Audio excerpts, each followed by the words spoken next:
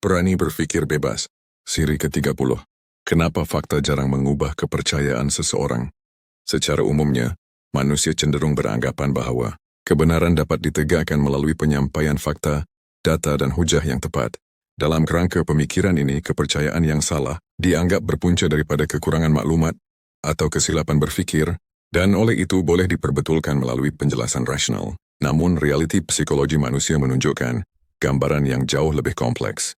Fakta walaupun sahih dan kukuh, seringkali gagal mengubah kepercayaan seseorang, bukan kerana kelemahan fakta itu sendiri, tetapi kerana cara otak manusia berfungsi, tidak seperti yang kita sangkakan.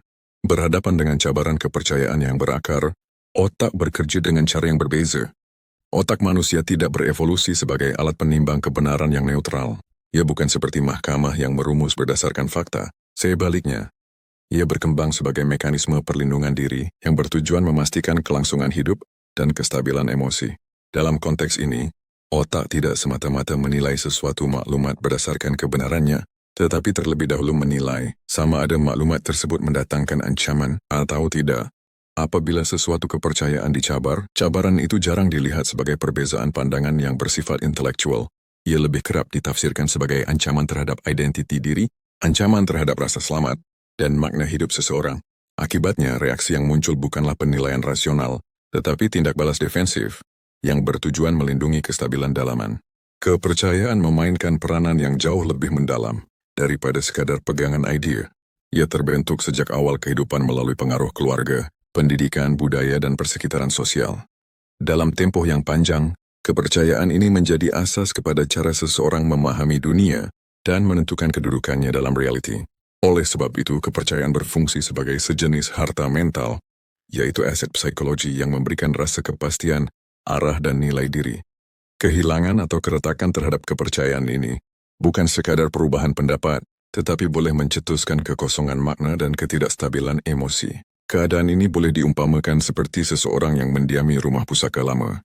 Walaupun rumah tersebut sudah menunjukkan tanda-tanda kerosakan, ia tetap menjadi tempat berlindung yang penuh dengan sejarah dan kenangan.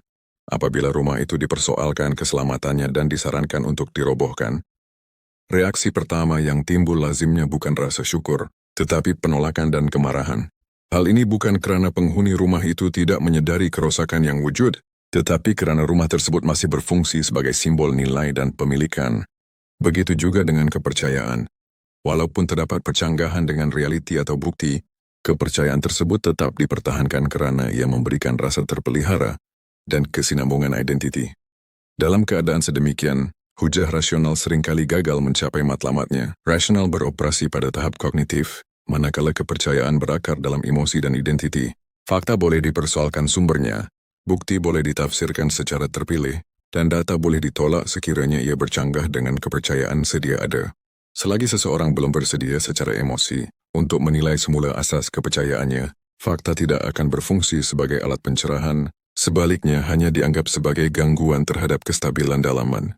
Dalam setengah keadaan, penyampaian hujah yang lebih kuat malah boleh mengukuhkan kepercayaan lama, kerana mekanisme pertahanan diri menjadi semakin aktif.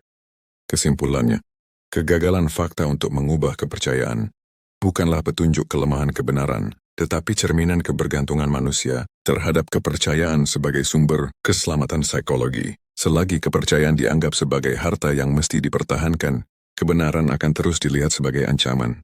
Hanya apabila seseorang bersedia untuk menilai semula rasa selamat yang dibina di atas kepercayaan lama, barulah kebenaran berpeluang untuk diterima, bukan sebagai paksaan, tetapi sebagai kejelasan yang disedari.